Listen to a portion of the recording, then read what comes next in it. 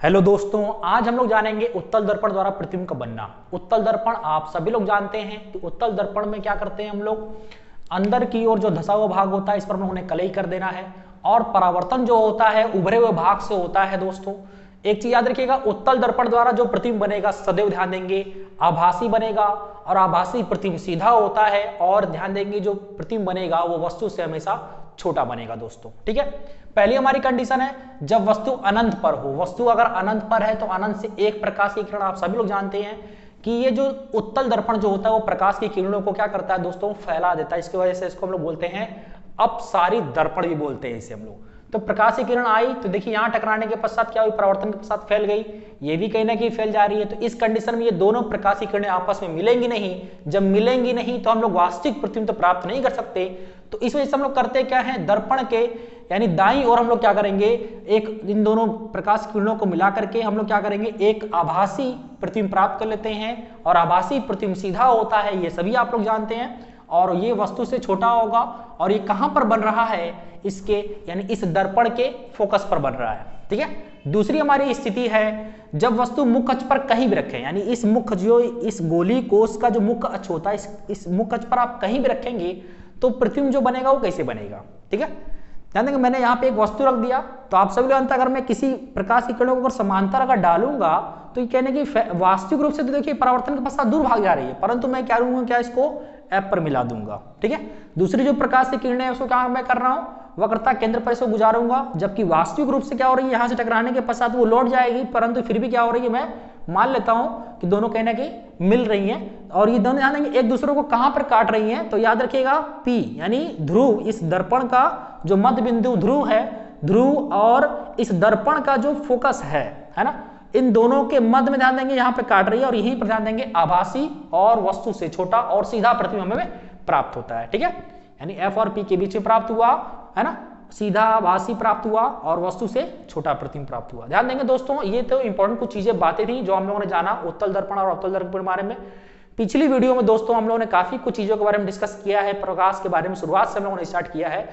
आप लोग को थोड़ा सा भी अगर डाउट होता हो तो आप लोग पिछली वीडियो को दोबारा देखें और उसके बाद भी अगर आप लोगों ने समझा तो आप लोग कमेंट के माध्यम से अपने क्वेश्चनों को आप लोग रख सकते हैं, आप लोग को अवश्य कहीं ना कहीं उसका सोल्यूशन मिलेगा दोस्तों।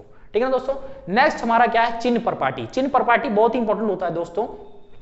अच्छा दोस्तों, इसमें से हम लोग कुछ चीजों के बारे में और भी कुछ चीजें जान लेते हैं। ध्यान देंगे ये जो P हमारा है यानी ध्रुव, इस दर्पण का जो मध्य बिंदु होता है वो हमारा ध्रुव होता है। इस ध्रुव से इस F के बीच को दूरी को हम लोग बोलते हैं क्या, फोकस दूरी। इसे हम लोग दिखाते किससे हैं, स्मॉल f से। दोस्तों हम लोगों ने इन सब चीजों के बारे में चर्चा किया हुआ था, स्मॉल f दर्शाते हैं। और एक चीज, इस ध्रुव से जो हमारा ये जो हमने हमारे वस्तु प्राप्त हुई यानी इस ध्रुव से यहां से वस्तु की जो बीच को दूरी है, यानी इस ध्रुव से इस वस्तु जो हमने यहाँ रखी है इस वस्तु की जो दूरी को बोलते हैं वो दोस्तों u से दर्शाते हैं, u से दर्शाते हैं। और इस वस्तु का जो प्रतिबिंब हमें प्राप्त होता है उसकी ध्यान से इस ध्रुव से इस प्रतिबिंब के बीच की दूरी, यानी यहाँ प्रतिबिंब हमें यहाँ प्राप्त हुआ तो यहाँ से यहाँ तक की दूरी को हम लोग क्या बोलेंगे दोस्तों, इसको हम लोग दर्शाएंगे v से दर्शाते हैं।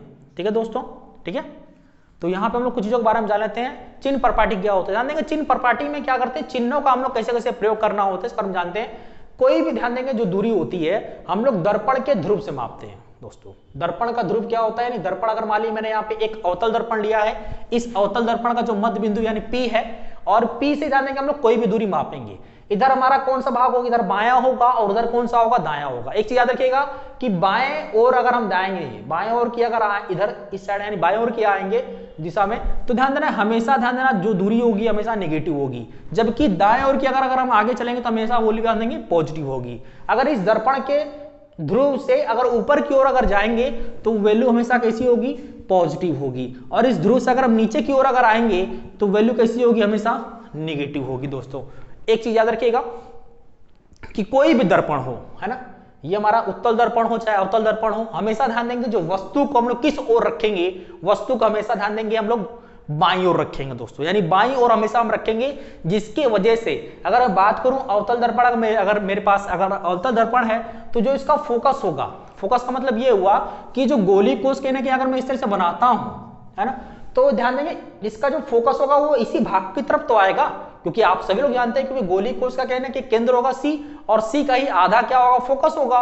तो कहीं ना कहीं इसी यानी बाएं दर्पण के ध्रुव के बाईं ओर ही आ रहा है फोकस इसका। इस वजह से ध्यान देंगे जो वैल्यू होगी इसकी वो हमारी कैसी होगी, एफ यानी फोकस दूरी कैसी होगी, हमेशा ध्यान देंगे निगेटिव होगी। और वस्तु का हमेशा हम लोग कहां रखेंगे, वस्तु को हमेशा ध्यान देंगे बाईं ओर रखेंगे। इस वजह से ध्यान देंगे हमारी जो u की भी वैल्यू होगी वो हमारी कैसी होगी, निगेटिव होगी।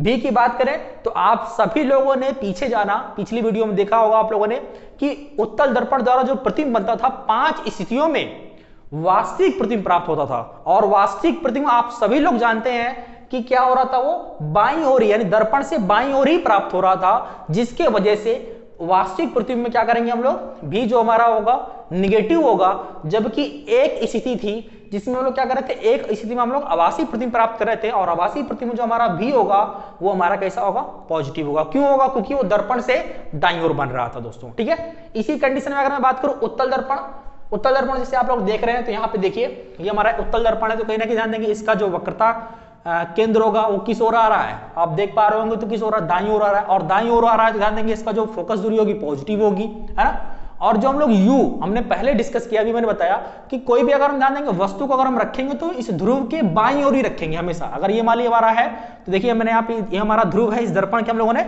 बाईं ओर ही हम लोगों ने वस्तु को रखा है। और वस्तु को ध्यान देंगे बाईं ओर अगर मैं रख रहा हूं तो जो u की जो वैल्यू होगी वो निगेटिव होगी या नहीं होगी दोस्तों, ओके। अगर मैं बात करूं भी की यानी प्रतिबिंब जो प्राप्त हो रहा है, तो हम लोगों ने अभी देखा उत्तल दर्पण द्वारा प्रतिबिंब हमेशा ध्यान देंगे आभासी सीधा प्रतिबिंब प्राप्त होता है। और ध्यान देंगे ये ध्यान देंगे आभासी प्रतिबिंब जो प्राप्त होगा, ध्यान देंगे किस ओर प्राप्त हो रहा है, तो आप हमेशा याद रखिए किस ओर प्राप्त हो रहा है, दाईं ओर प्राप्त हो रहा है दोस्तों, ठीक है ना। तो दाईं ओर प्राप्त हो रहा है तो हमारी वैल्यू कैसी होगी, पॉजिटिव होगी दोस्तों, ठीक है ना। तो उम्मीद करते हैं कि आप लोगों ने इस चीज को समझा होगा। एक चीज और यहाँ पे देख लीजिएगा, दर्पण सूत्र, ठीक है ना। दर्पण सूत्र का मतलब होता है कि 1/f, f हमारा क्या है, फोकस दूरी है, इक्वल टू क्या होगा 1/v प्लस 1/u। b हमारा क्या है, जान देंगे प्रतिबिंब की दूरी। प्रतिबिंब की दूरी कहां से, इस दर्पण से, यानी दर्पण का ध्रुव जो है, इस दर्पण के ध्रुव से जो इमेज बन रही है यहाँ पे प्रतिबिंब जो बन रहा है, इस p से इस f के बीच की जो दूरी होगी, यानी यहां से लेकर यहां तक की जो डिस्टेंस हमारी है वो हमारी कहलाएगी क्या, v कहलाएगी। और जो u है वो है वस्तु की दूरी। वस्तु की दूरी कहां से, दर्पण से, दर्पण का जो ध्रुव है, दर्पण के ध्रुव से इस यहां जो हमारा वस्तु रखा है यहां से आते की दूरी को हम लोग बोलेंगे क्या, u, है ना। और f क्या होता है, इस दर्पण का ध्यान देंगे जो वक्रता केंद्र का आधा, यानी इस दर्पण का जो f होगा यानी फोकस, यानी दर्पण के फोकस से, है ना, दर्पण के ध्रुव ये हमारा p है, इस दर्पण के p से इस f के बीच की दूरी जो होती है वो हमारी फोकस दूरी होती है। इसे हम लोग स्मॉल f से दर्शाते हैं, ठीक है ना दोस्तों। आज की वीडियो में दोस्तों इतना ही देखे रहे, नेक्स्ट हम लोग डिस्कस करेंगे अगले दिन, ओके दोस्तों।